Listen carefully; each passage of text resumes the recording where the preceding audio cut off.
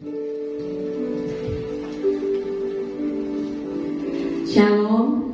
selamat pagi jemaat yang dikasihi Tuhan. Saya percaya bahwa pagi hari ini kita datang dengan kekuatan yang baru, itu semua karena Tuhan, amin. Mari kita kasih tepuk tangan buat Tuhan kita Yesus. Mari Bapak Ibu Saudara, kita mau siapkan hati kita untuk masuk di dalam hadirat Tuhan yang kudus. Haleluya. Bapa kami yang baik, terima kasih Tuhan. Kalau hari ini ada karena anugerah Tuhan atas kami. Terima kasih Tuhan, kami boleh bangun dengan kekuatan yang baru. Terima kasih Bapa buat penyertaan-Mu bagi setiap kami pagi hari ini. Kami datang Tuhan di hadapan-Mu karena kami tahu di dalam Tuhan kami temukan damai sejahtera. Di dalam Tuhan kami temukan ketenangan, kesembuhan, pemulihan, serta kelepasan bagi setiap kami. Penuhi kami pagi hari ini Bapa. Kami percaya Engkau bertahta di atas umat-Mu. Terima kasih Tuhan. Haleluya. Amin. Bapak Ibu Saudara, akhir-akhir ini dunia sedang mencari kedamaian. Tapi kita orang yang percaya tahu bahwa hanya Yesus satu-satunya sumber damai sejahtera. Kita siapkan hati kita untuk menyembah Tuhan pagi hari ini.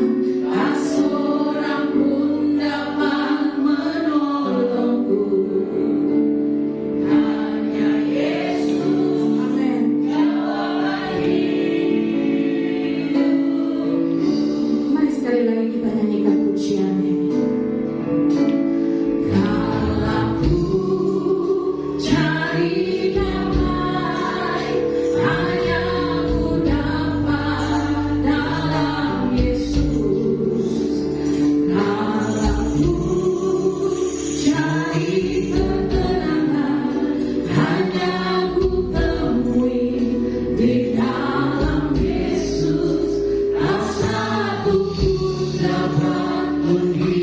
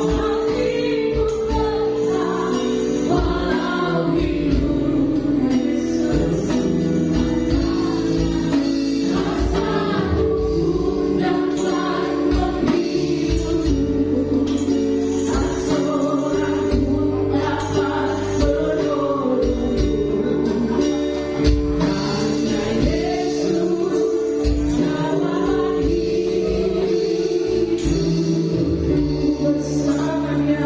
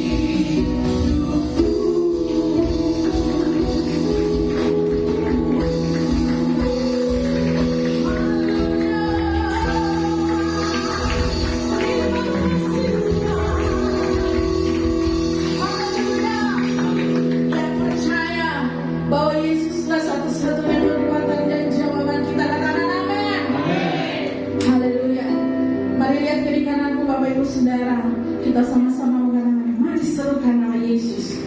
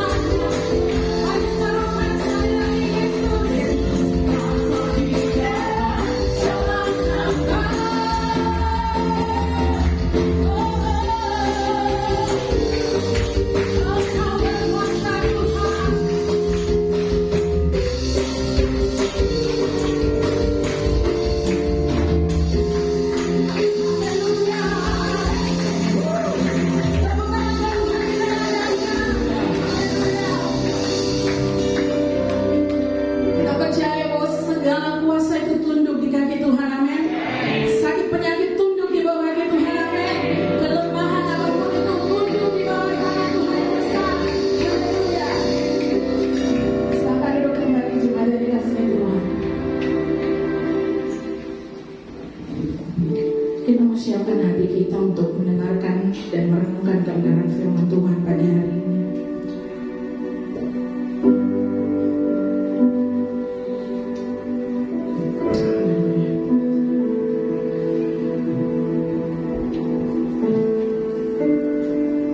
Kami percaya firman-Mu ya dan amin ya Bapa. Tidak ada satupun yang terjadi tanpa seizin Tuhan. Ketika kita berjalan bersama Tuhan, semuanya ada jalan keluar. Amin. Terima kasih Yesus. Kami mengasihi Tuhan. Kami mencintai-Mu Tuhan. Ya Yesus. Mari bersama-sama kita naikkan pujian ini.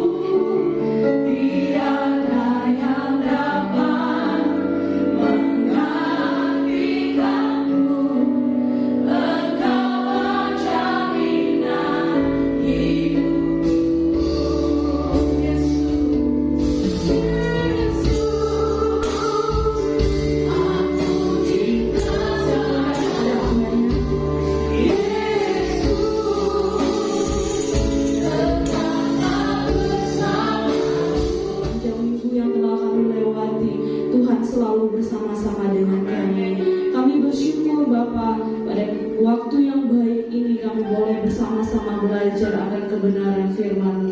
Tuhan, tolong setiap pribadi kami ya Bapa, agar ketika kami mendengarkan firman-Mu ini tidak berlalu begitu saja Bapa, melainkan kami memperoleh kekuatan dari kebenaran firman-Mu. Kami sungguh sangat bersyukur Bapa, kami serahkan waktu yang baik ini ke dalam tangan Tuhan, demi nama Yesus yang hidup. Haleluya.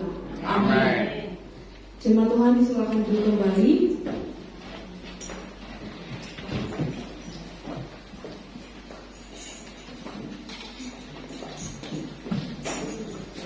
Shalom.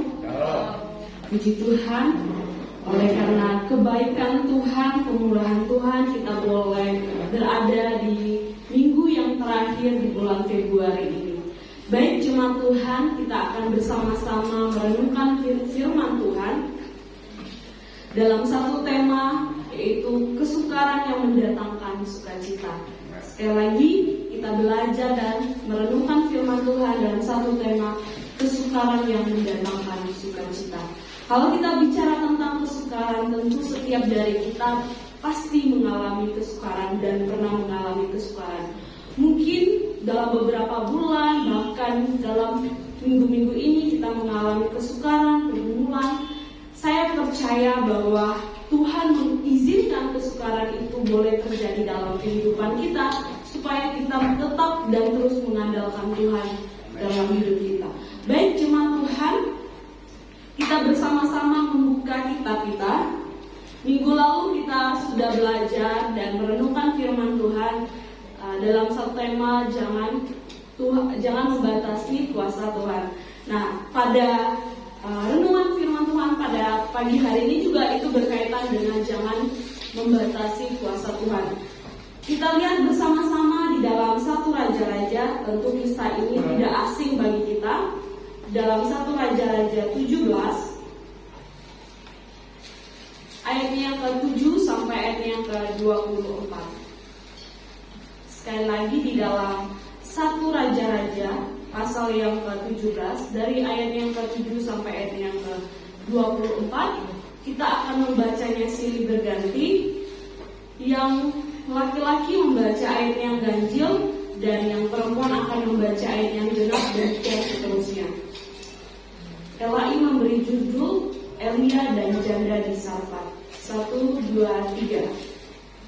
Lalu baik, yang kaum laki-laki ayat yang ke-7 dan perempuan ayat yang ke-8. Sekali lagi 1, 2, 3.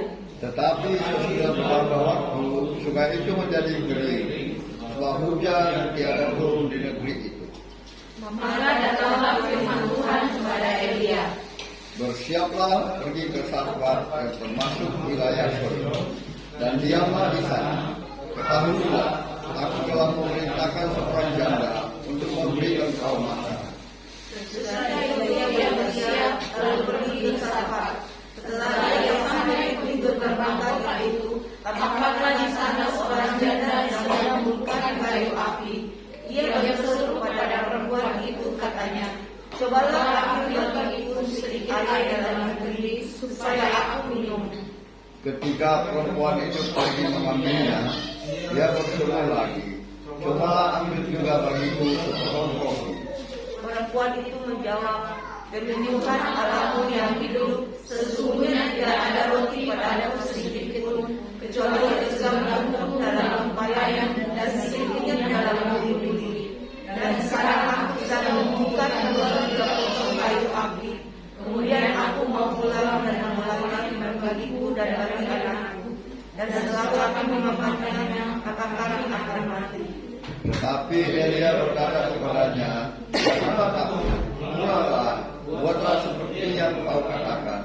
Tetapi buatlah lebih dahulu bagiku sepotong roti bundar kecil daripadanya, dan bawalah kepadaku, kemudian barulah keluar bagian anakmu. Sebab apabila firman Tuhan Allah Israel, tepung dalam tempayan itu tidak akan habis, dan minyak dalam buli-buli itu pun tidak akan berkurang sampai pada waktu Tuhan memberi hujan ke atas muka bumi. Lalu pergilah perempuan itu membuat seperti yang dikatakan Elia. Maka perempuan itu dan dia serta anak perempuan yang mendapatkan makan beberapa waktu lamanya. Tepung dalam tempayan itu tidak habis, dan minyak dalam budi-budi itu tidak berkurang, seperti firman Tuhan mengancamkannya dengan perantara Elia. Sesudah itu anak perempuan pemilik rumah itu jatuh sakit, dan sakitnya itu sangat keras sampai tidak ada nafasnya lagi. Kata perempuan itu kepada Elia, apakah maksud datang kemari ya abdi Allah? Silakan engkau kepadaku untuk mengingatkan kesalahanmu dan untuk menempatkan anakku mati. Kata Elia kepadanya, berikanlah anakmu itu kepadaku.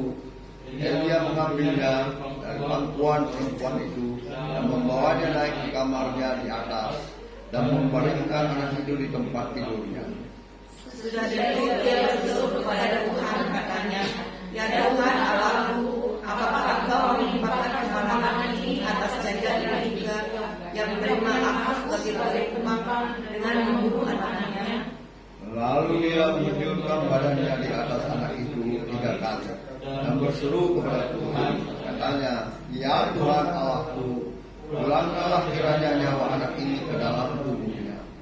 Tuhan mendengarkan perkataan Elia itu, dan nyawa anak itu pulang ke dalam tubuhnya sehingga ia hidup kembali. Dia mengambil anak itu, ia membawanya turun dari kamar atas ke dalam rumah dan memberikannya kepada ibunya. Kata Elia, inilah anakmu, dia sudah hidup.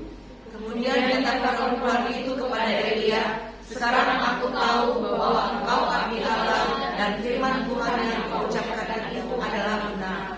Puji Tuhan untuk pembacaan firman Tuhan kita pada pagi hari ini. Sebelum itu saya akan membaca ayat yang pertama. Lalu berkatalah Elia orang Tisbe dari Tisbe Gilead kepada Ahab, demi Tuhan yang hidup, Allah Israel yang kulayani, sesungguhnya tidak akan ada embun atau hujan pada tahun-tahun ini kecuali kalau kukatakan.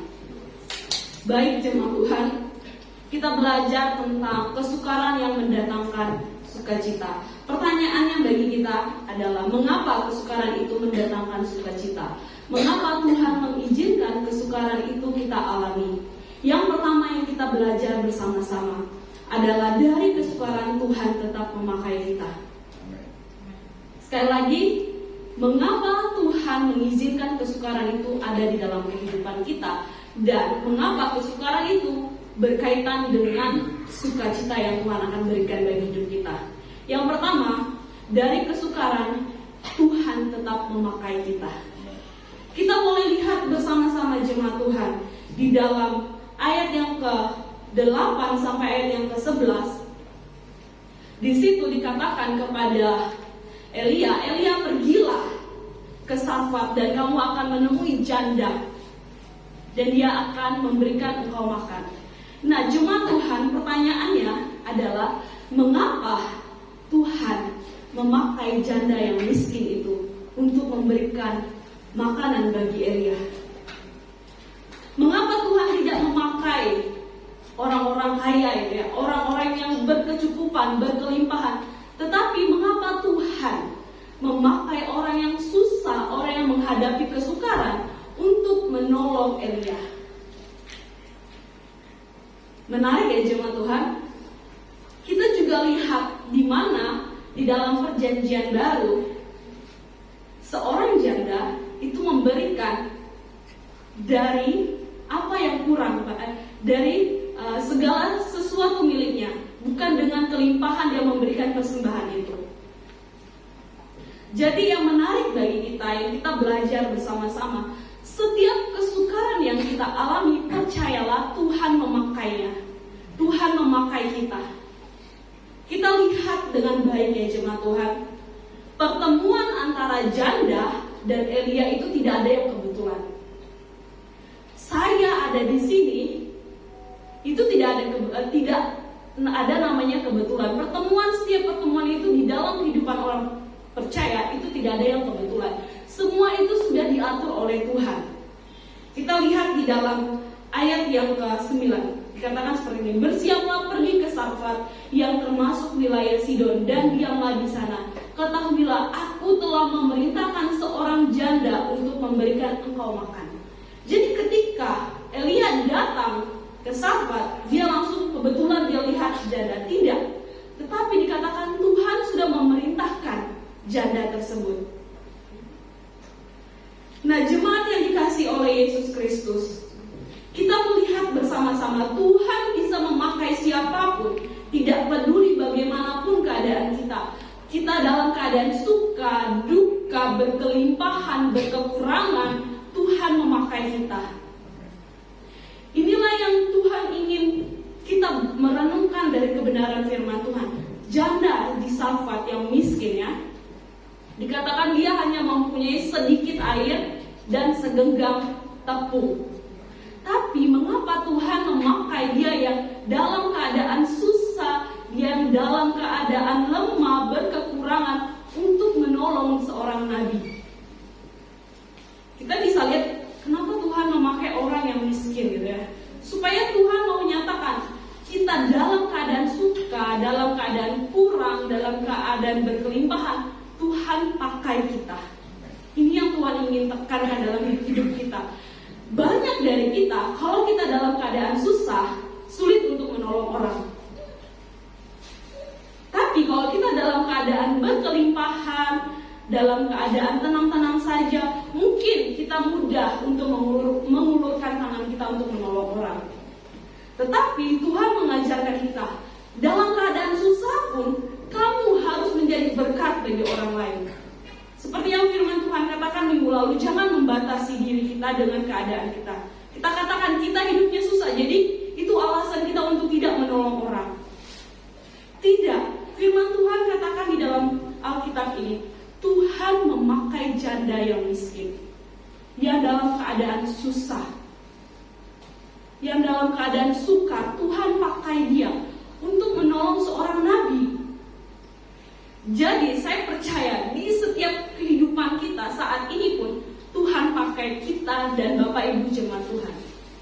Dalam keadaan susah, mungkin jemaat Tuhan mengalami pergumulan akhir-akhir ini. Mungkin jemaat Tuhan mengalami yang namanya kesulitan.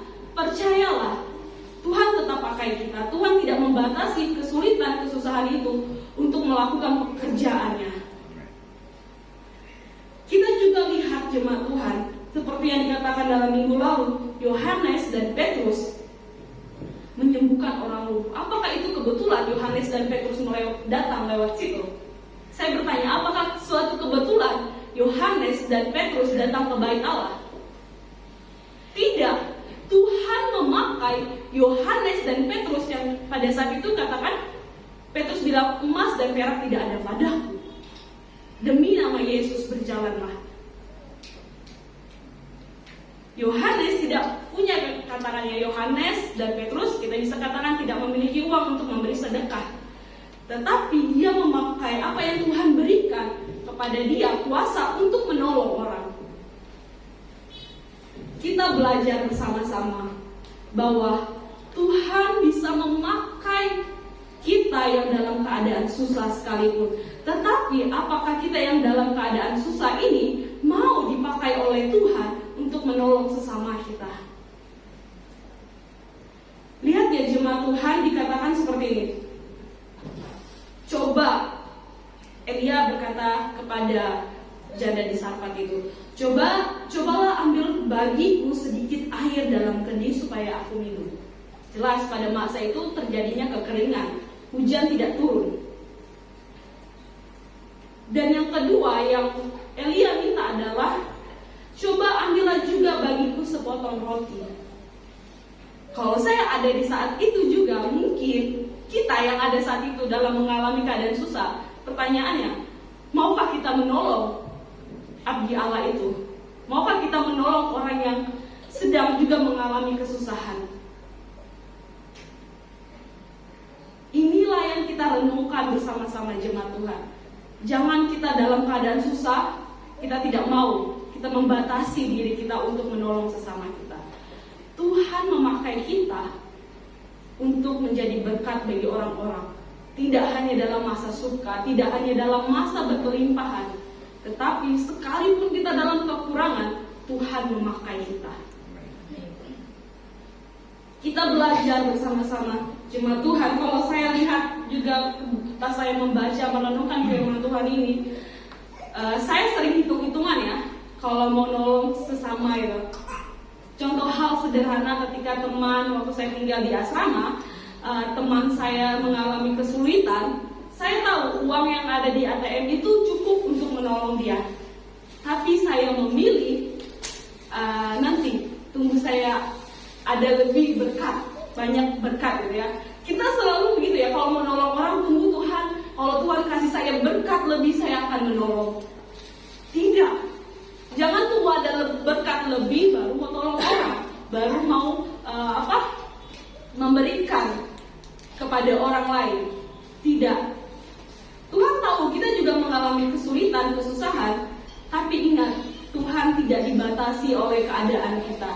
Dia bisa pakai berbagai cara untuk menggunakan kita sebagai alatnya menolong sesama kita.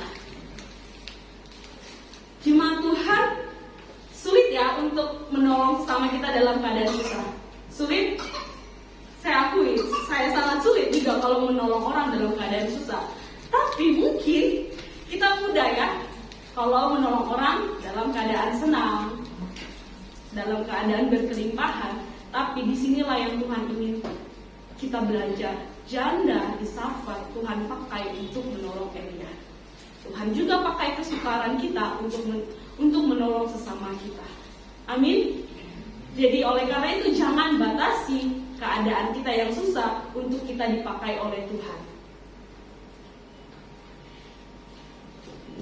Kita percaya bahwa setiap kita dari tempat ini pernah mengalami kesukaran. Tetapi ingatlah, dalam kesukaran itu Tuhan memakai kita untuk menolong sesama kita, menjadikan berkat, dan juga kita terus tetap akan merasakan sukacita yang Tuhan berikan dalam hidup kita. Mengapa saya selalu kaitkan dengan kesukaran itu mendatangkan sukacita? Jemaat Tuhan, ketika kita menolong orang, menolong sesama kita, dalam kita hidup berkekurangan, dalam kita hidup kesusahan, kita mau menolong orang, itu ada sukacita yang kita nggak tahu itu datangnya, yang kita tidak dapat ya dari dunia, tapi Tuhan berikan. Ingat, sukacita itu Tuhan berikan, bukan itu dibuat oleh diri kita ya, perasaan, tapi sukacita, damai, sejahtera seperti dalam buah Roh Kudus itu Tuhan berikan. Oleh sebab itu, kalau kita katakan orang yang berbahagia di dalam perspektif orang dunia itu berbeda dengan orang yang percaya kepada Tuhan. Orang yang percaya kepada Tuhan mendapatkan sukacita yang berlimpah-limpah dalam kesukarannya, dalam kekurangannya. Sebab apa? Tuhan tetap memakai dia. Itulah yang kita belajar bersama-sama jemaat Tuhan. Ingat, Tuhan pakai kita dalam keadaan apapun. Tapi pertanyaannya, apakah kita mau dipakai oleh Tuhan dalam keadaan susah? Saya nggak tanya kepada jemaat Tuhan, apakah kita mau dipakai Tuhan dalam keadaan senang, berkelimpahan? Tidak. Saya ingin bertanya kepada kita semua, apakah kita tetap mau dipakai Tuhan meskipun kita dalam banyak pergumulan, kesulitan, kesukaran? Apakah kita mau dipakai oleh Tuhan untuk menjadi berkat bagi sesama kita? Itulah yang poin yang pertama yang kita belajar jemaat Tuhan. Mengapa kesukaran itu mendatangkan sukacita? Yang pertama, dari kesukaran Tuhan tetap memakai kita. Poin yang kedua yang kita belajar bersama-sama, dari kesukaran iman kita bertumbuh. Sekali lagi, kesukaran mendatangkan sukacita. Kenapa? Karena iman kita itu terus bertumbuh. Saya percaya jemaat Tuhan, kita alami kegagalan, kesusahan, bahkan berbagai hal yang tidak enak ya dalam hidup kita. Saya percaya jemaat Tuhan boleh ada sampai hari ini datang beribadah, merenungkan firman Tuhan, memuji Tuhan. Itu adalah bentuk bagaimana iman jemaat itu bertumbuh. Kita boleh lihat di dalam ayat 13 sampai ayat yang ke-14. Dikatakan seperti ini. Tetapi Elia berkata, janganlah takut, pulanglah, buatlah seperti yang kukatakan, tetapi buatlah lebih dahulu bagiku sepotong roti bundar kecil daripadanya dan bawalah kepadaku, kemudian barulah kau buat bagimu dan bagi anakmu. Sebab beginilah firman Tuhan Allah Israel, tepung dalam tempayan itu tidak akan habis dan minyak dalam buli-buli pun tidak akan berkurang sampai pada waktu Tuhan memberikan hujan ke atas muka bumi. Kita belajar dari kesukaran Tuhan membuat iman kita bertumbuh. Setiap hal yang kita boleh alami, saya percaya itu atas izin dan kehendak Tuhan. Tidak ada sesuatu apapun yang terlalu berat yang Tuhan berikan bagi kita, karena Dia tahu batas kita. Oleh sebab itu, sesulit apapun, janganlah iman kita digoyahkan. Kita boleh lihat jemaat Tuhan, tidak hanya dalam contoh ini saja, dalam firman Tuhan di dalam 1 Raja-Raja, kita juga bisa melihat contoh yang sangat contoh dalam perjanjian baru ya. Kita boleh melihat itu di mana Tuhan memberikan hal kepada murid-murid Yesus ya. Kita melihat bahwa murid-murid Tuhan Yesus itu selalu bersama-sama dengan Dia ya. Jelas selama 3 tahun bersama-sama dengan Tuhan Yesus, mereka melihat bagaimana Tuhan melakukan pekerjaan-pekerjaan yang luar biasa. Iman mereka tentu bertumbuh. Nah, tetapi pada saat, tentu ini tidak asing ya, pada saat Yesus ditangkap, lihat, iman murid-murid itu mulai goyah. Mereka lari. Tidak ada yang bersama-sama dengan Yesus. Bahkan saking goyahnya, Petrus menyangkal Tuhan Yesus. Menarik ya jemaat Tuhan, kenapa Tuhan izinkan kesukaran itu ada dalam hidup kita? Pertama, Dia mau iman kita itu bertumbuh. Dia mau apakah kita mengandalkan Dia. Dia mau apakah kita tetap percaya kepada Dia. Iman itu tumbuh karena adanya kita punya permasalahan, pergumulan. Di situ yang dikatakan kita diuji kesetiaan kita. Kita diuji ketaatan kita. Kita diuji kepercayaan kita kepada Tuhan. Kita belajar ya jemaat Tuhan di dalam teks ini, bagaimana dikatakan oleh Elia, pulanglah.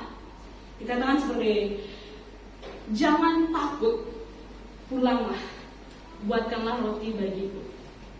Kalau saya seperti janda itu, sudah minta air, minta apa lagi? Roti. Dan janda itu hanya mempunyai segenggam. Itu hanya cukup 2 orang. Tapi disinilah iman janda itu diuji. Apakah dia, bisa saja dia pulang dan abaikan, bisa.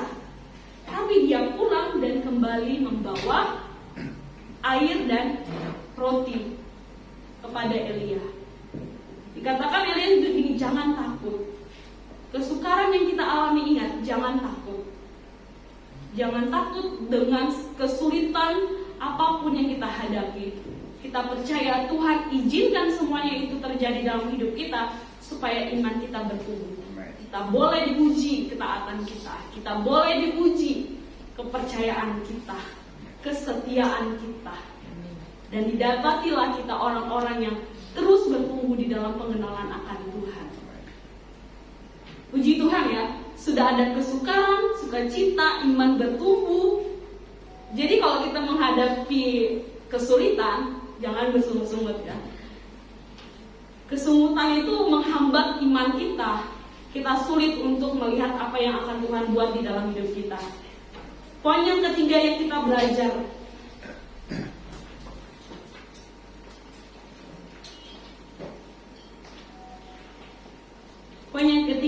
belajar, jemaat Tuhan, dari kesukaran kita mengalami mujizat. Pertama, dari kesukaran Tuhan memakai kita. Dari kesukaran iman kita bertumbuh. Dari kesukaran kita mengalami mujizat. Bagaimana janda ini mengalami mujizat nyata? 2 hal yang dibuat oleh Tuhan.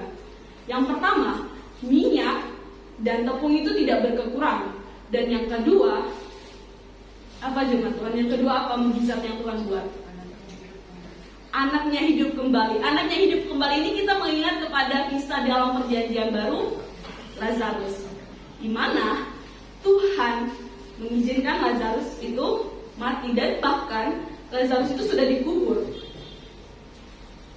Saudara-saudaranya sedih ya, tapi Tuhan izinkan suatu mukjizat terjadi di depan banyak orang. Dan Tuhan juga lihat, jemaat Tuhan, mukjizat yang janda itu alami dua hal. Yang pertama, jelas minyak dan tepung itu tidak berkekurangan. Di sini siapa yang berasnya tidak berkekurangan? Ada terus berasnya, sudah diambil ada. Mungkin nggak ada ya kalau untuk saat ini. Maksudnya dalam bentuk lain Tuhan memberikan berkat. Tapi pada masa itu betul-betul buli itu nggak habis-habis. Bukan mereka beli ya, tapi memang Tuhan menyatakan mukjizat yang luar biasa itu kepada janda dan anak untuk mereka makan sampai dikatakan hujan itu turun ke atas muka bumi. Lihatlah jemaat Tuhan, dari kesukaran kita bisa melihat mukjizat terjadi dalam hidup kita. Seperti halnya ya, di sini siapa yang pernah mengalami ketika dalam pergumulan terdesak yang kita pikir sudahlah ini tidak akan terselesaikan. Tapi Tuhan pakai cara yang kayak kita itu nggak habis pikir ya. Kok bisa ini terselesaikan? Tuhan pakai cara yang ajaib untuk menolong kita. Ada yang di sini yang mengalaminya? Puji Tuhan ya. Saya pribadi juga mengalami hal itu ya. Ketika contoh saya itu dalam kesusahan ya. Tiba-tiba ada yang Tuhan buat yang, astaga, yang saya pikir tidak akan terjadi, Tuhan buat itu. Itulah kalau kita mengalami kesulitan, kesukaran, kita akan melihat bagaimana Tuhan bekerja begitu ajaib dalam hidup kita. Kalau kita mengalami hidup berkelimpahan gitu ya, mungkin kita lihat ya biasa-biasa saja. Tapi ketika kita sulit, disitulah kita melihat betul-betul pertolongan Tuhan itu nyata dalam hidup kita. Tuhan juga menyatakan bahwa anak itu akan hidup kembali kepada janda itu. Tentu janda itu sangat sedih ya jemaat Tuhan. Bagaimana kehadiran Elia dikatakan, apakah engkau mau, dikatakan seperti ini ya. Di ayatnya yang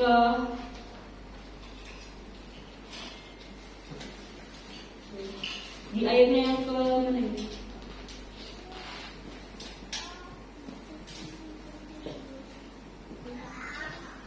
Di ayatnya yang ke-19 katakan seperti ini. Di ayat yang ke-18 kata perempuan itu kepada Elia, apakah maksudmu datang kemari ya abdi Allah, singgahkah engkau kepadaku untuk mengingatkan kesalahanku dan untuk menyebabkan anakku mati. Ini pernyataan yang janda itu berikan kepada Elia pada saat anak itu sakit ya. Cenderung kalau kita mengalami kesusahan, kita melihat itu adalah suatu hukuman yang Tuhan berikan. Tapi lihatlah bahwa setiap masalah yang kita alami, percayalah itu atas izin dan kehendak Tuhan. Dan Tuhan tahu apa yang akan kita alami ke depannya. Tuhan tahu caranya, jalan keluarnya. Tapi Tuhan izinkan itu untuk kita alami supaya iman kita bertumbuh dan kita mengalami mukjizat yang luar biasa. Jemaat Tuhan, tidak hanya janda ini yang mengalami hal tersebut. Kita bisa lihat juga contoh hal dalam Alkitab kita, kisah Ayub. Dia mengalami masa sukar. Anak itu sudah habis semua, harta benda habis semua. Yang ada hanya istrinya dan Ayub. Bahkan Ayub sendiri pun mengalami sakit yang parah ya di tubuhnya.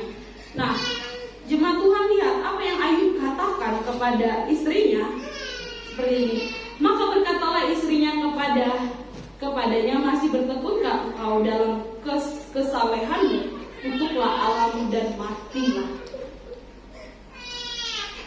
Kita lihat ya, Ketika istri Ayub mengalami kesukaran, apa yang istri Ayub katakan? Masih seperti ini, masih bertekunkah engkau dalam kesalehanmu? Kutuklah Allahmu dan matilah. Bayangkan seorang istri berkata kepada suami. Makanya di dalam ikatan apa, perjanjian pernikahan itu ya, maukah kau hidup apa? Ya, suka dan duka.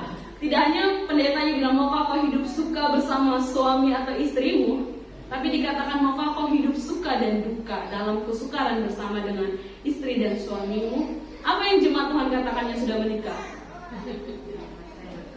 Ya, saya bersedia. Kita bisa lihat bahwa Ayub, istrinya Ayub, hanya dalam keadaan senang saja dia mau bersama-sama dengan Ayub. Tapi pada masa yang sukar, dia menjadi racun bagi Ayub. Tetapi Ayub memilih untuk tetap mengikuti Allah dalam ketekunannya. Inilah yang kita belajar jemaat Tuhan. Dari kesukaran yang kita alami, yang Tuhan izinkan terjadi di dalam kehidupan kita, kita percaya Tuhan tetap memakai kita. Dan kita percaya dalam setiap kesukaran itu mendatangkan iman kita yang terus bertumbuh dalam pengenalan akan Tuhan. Dan dalam kesukaran itu kita akan melihat bagaimana mujizat terjadi dalam hidup kita. Bapak Ibu mungkin sering menyanyikan lagu Pelangi Sehabis Hujan ya. Betul ya? Hujan dulu baru ada pelangi. Gak mungkin pelangi itu tiba-tiba ada. Pasti karena ada hujan. Saya percaya bahwa orang yang menulis lagu itu mengalami masa-masa yang sulit. Dan dia melihat bagaimana waktu Tuhan itu yang terbaik. Tepat. Tuhan bisa memakai siapapun kita di waktu dan orang yang tepat untuk menolong kita dalam kesukaran yang kita alami. Sebelum saya menutup firman Tuhan ini, kita menyanyi pujian Pelangi Sehabis Hujan. Biarlah pujian ini mengingatkan kita kembali bahwa Tuhan izinkan supaya kita melihat bahwa pelangi itu nyata. Jalan hidupku tak selalu tanpa kabut yang pekat, namun kasih-Mu nyata padaku pada waktuku yang tepat, seperti pelangi sehabis hujan. Itulah janji setia-Mu Tuhan, di balik dukaku telah menanti harta yang tak ternilai dan abadi.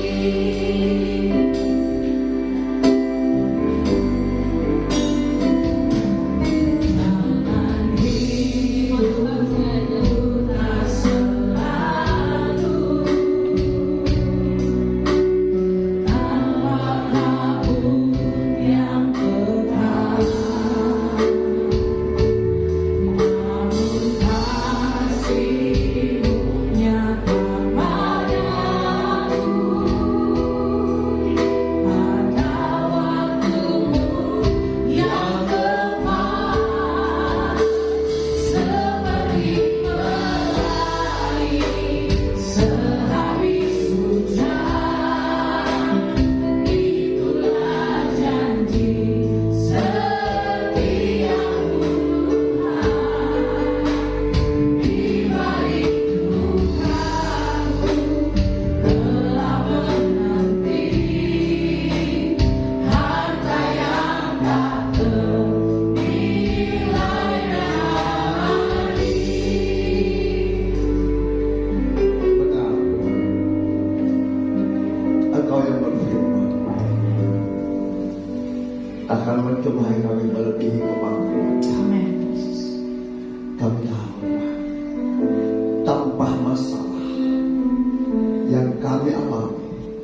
kami akan melihat mujizat terjadi. Karena Engkau yang telah berjanji, Engkau tidak membiarkan kami jatuh sampai dengan kami. Oleh sebab itu, kadang-kala kita mengalami sesuatu hal yang mungkin bagi kami sangat-sangat sedih dan pedih. Tetapi di balik itu ada berkat yang Kau sediakan mereka. Iman kami bertumbuh dan berkat-berkat rohani dan jasmani menjadi bagian dalam hidup kami. Terima kasih Tuhan buat kebenaran firman-Mu yang telah disampaikan oleh hamba-Mu. Hamba-Mu percaya Engkau tetap memakai hamba-Mu menjadi berkat bagi banyak orang. Amin. Hadirat-Mu, Tuhan-Mu, kuasa-Mu nyata dalam kehidupannya. Apa yang dia kerjakan, Tuhan buat berhasil. Pelayanannya, Tuhan pakai kasih. Terima kasih Tuhan. Hamba percaya jemaat-Mu tidak ada satu yang Kau lewati saat ini. Semuanya Tuhan sudah berkati. Yang percaya diberkati oleh firman Tuhan, sama-sama kita katakan amin. Beri kemuliaan untuk Tuhan Yesus. Terima kasih Tuhan Yesus memberkati kita semua.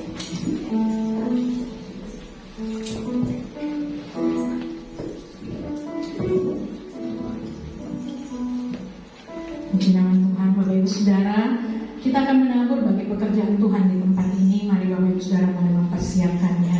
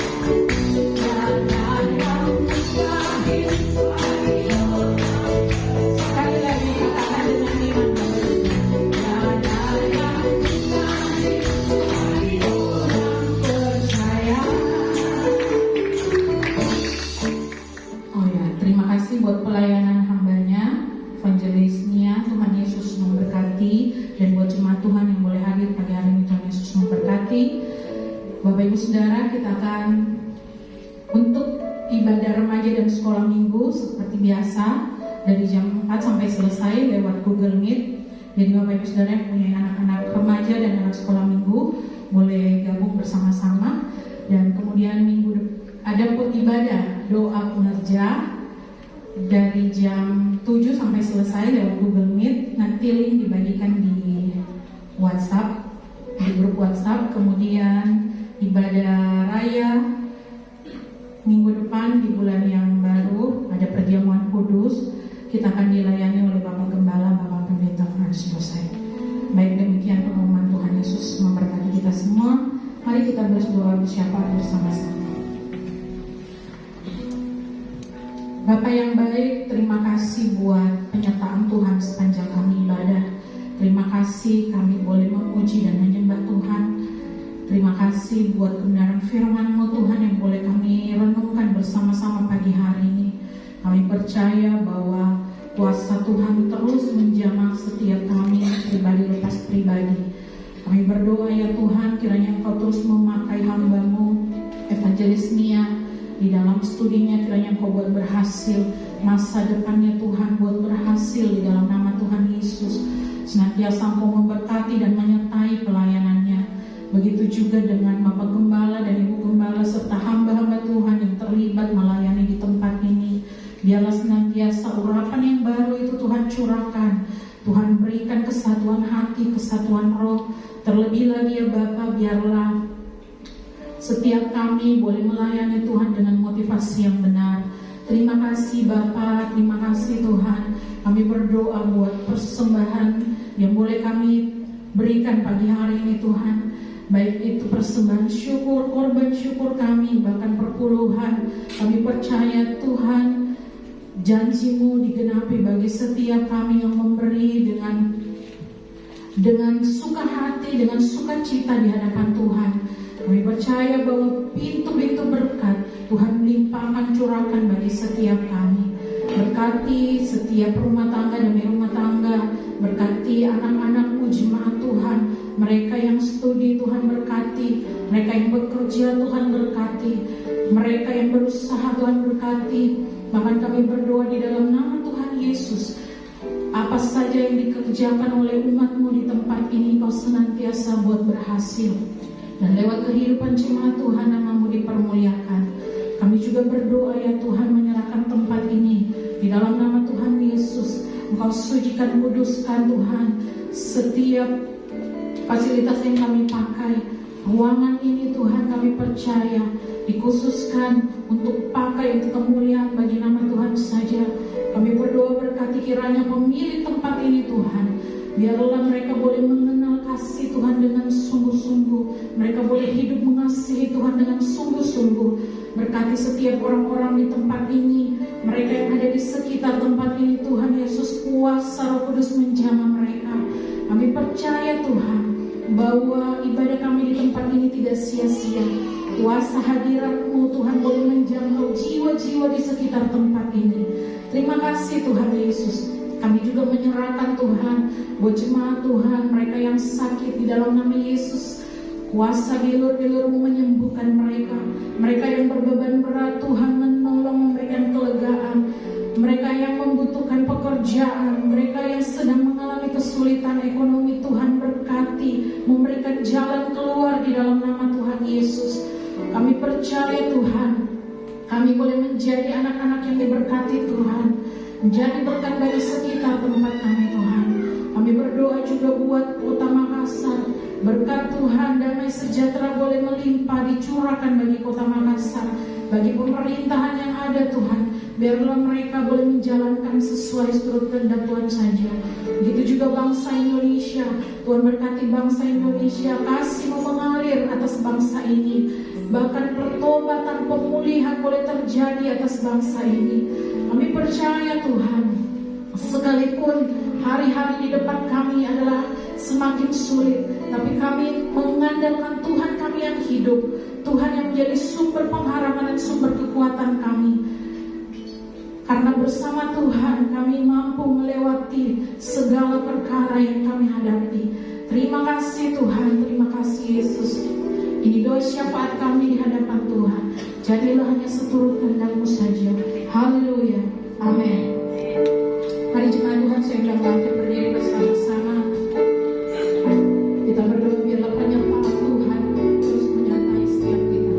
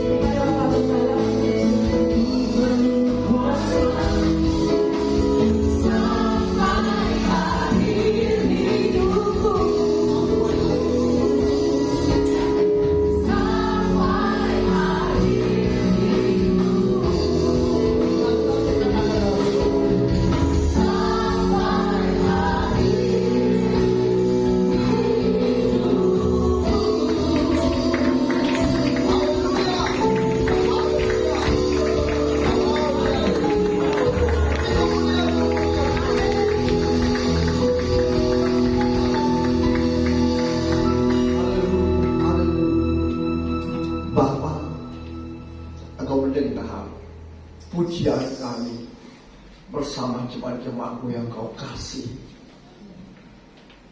Kami tak dapat berjalan sendiri tanpa Engkau. Oleh sebab itu, tuntun langkah kami, sertai kami, bahkan penuhi kami dengan Roh-Mu, sehingga kami boleh berjalan di dalam kebenaran firman sampai akhir hidup kami, Tuhan. Kami memuliakan Engkau sebagai Tuhan dan Raja atas hidup kami, sehingga Engkau menyertai kami, bahkan anak cucu kami. Engkau sertai dan terima keselamatan dari Engkau. Terima kasih Tuhan buat pagi siang hari di mana kami boleh berkumpul bersama untuk memuji menyembah Engkau, bahkan diberkati oleh kebenaran firman.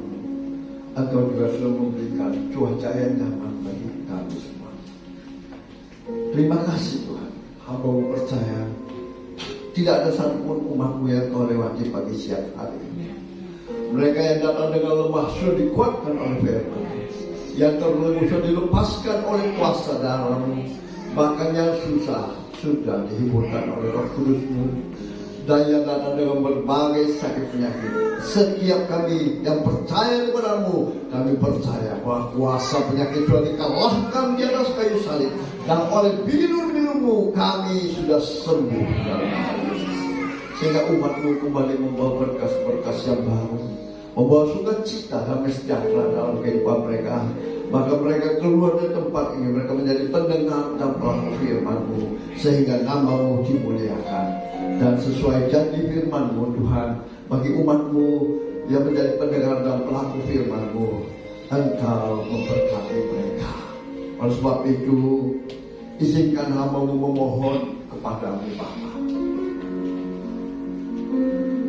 Mari umat Tuhan yang dikasihi Tuhan, angkat kedua belah tangan-Mu dengan iman percaya Engkau terima berkat Tuhan. Diberkatilah Engkau di kota, diberkatilah Engkau di ladang, diberkatilah keluar masuk-Mu, diberkatilah tempat adonan-Mu, diberkatilah buah kandungan-Mu, diberkatilah usaha pekerjaan-Mu. Apa yang sedang Engkau kerjakan, Tuhan buat berhasil, sehingga Engkau semakin naik dan tidak pernah turun. Engkau menjadi kepala dan Engkau menjadi ekor, mulai pagi siang hari ini sampai kekal selama-lamanya. Yang percaya diberkati Tuhan, dilindungi, disertai, dan dipelihara Tuhan. Sama-sama kita katakan amin. Beri kemuliaan dan penghilang Tuhan Yesus. Terima kasih.